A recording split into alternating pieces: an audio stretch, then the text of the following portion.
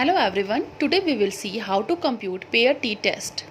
So formula for pair t-test is t is equal to d bar upon standard error SE. आप यहाँ पे देख सकते हैं d बार निकालने का फार्मूला है m1 माइनस m2 यानी mean 1 minus mean 2 upon standard error. Standard error निकालने का फार्मूला यहाँ से आप देख सकते हैं, standard error is equal to S D upon under root N.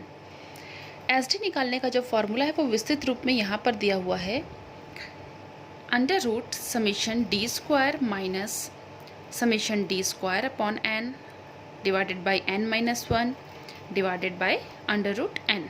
So this is the whole formula. अब आपको यहाँ देखना है कि आपको ये दो प्राप्तांक दिए हुए हैं, इनके बीच पेयर टी टेस्ट की गणना करनी है। सबसे पहले आपको ये देखना है कि ये जो सारा x का प्राप्तांक है वो कुल संख्या कितनी है, 1 2 3 4 5 6 7 8 और x2 में भी 8 है पूरी।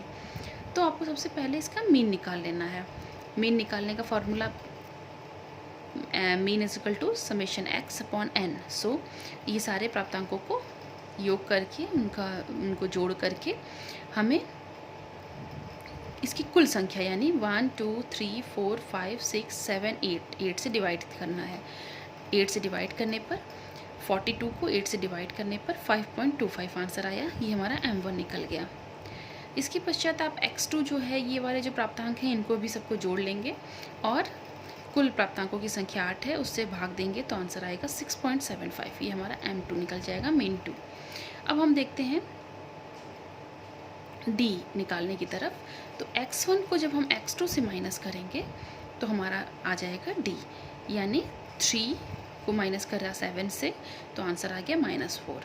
इसी प्रकार से 5 को 6 से माइनस किया तो -1, 5 को 3 से माइनस किया तो 2। इसी प्रकार से d की गणना कर ली और जितने भी माइनस में आए हैं आंसर उनको, उन प्राप्तांकों को हमने अलग से प्लस कर लिया, जोड़ लिया, जो कि 15 आया।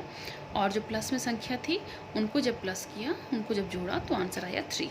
सो 15 में से 3 को घटाने पर आंसर आ गया -12। So this is our D, summation D basically. अब डी स्क्वायर की गणना करने के लिए हमको 4 से गुणा करना है तो हमें डी स्क्वायर मिल जाएगा। 1 को 1 से गुणा करेंगे तो 1 आ जाएगा, 2 को 2 से मल्टीप्लाई करेंगे तो 4 आ जाएगा। इसी प्रकार से डी से हमें डी स्क्वायर निकाल लेना है और लास्ट में सबको जब जोड़ लेंगे तो वो समीशन डी स्क्वायर प्राप्त हो जाएगा। अब आपको क्या करना है, आपको अपने वैल्यूज़ को पुट करना है। जैसा कि आप यहाँ पे देख सकते हैं कि स्टैंडर्ड एरर अंडर रूट 50 क्या था आपका, समेशन डी स्क्वायर बेसिकली आपका 50 आया था, तो यहाँ पे वैल्यू पुट किया। इसके बाद आप देख सकते हो माइनस ब्रैकेट में था समेशन डी स्क्वायर। सो -12 आया था आंसर समेशन डी का, यहाँ पे लिखा अपॉन n। तो n की संख्या 8 थी, 8 लिखा गया, divided by n-1। So n 8 था, उसमें से -1 करेंगे तो आ जाएगा 7, divided by under root n। तो n पूरा ना 8 है तो हमने यहाँ 8 लिख दिया। अब जब इन सबको हमने कैलकुलेट किया तो हमारा आंसर आया 0.756।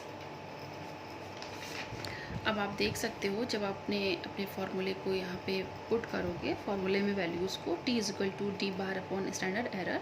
सो ये डी बार कैसे निकला, यहाँ पे आप देख सकते हो।